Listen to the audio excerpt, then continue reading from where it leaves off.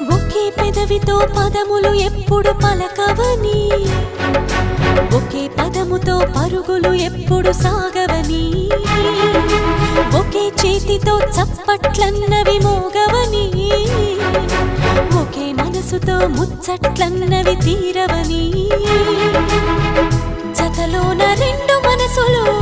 ఉండాలి ఎప్పుడైనా, జతలోన రెండు మనసులు ఉండాలి ఎప్పుడైనా, ఇకపైన నేనే రెండుగా విడిపోయి వెళుతున్నా,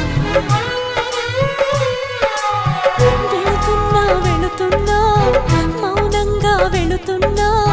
వెళ్ళాలని లేకున్నదు.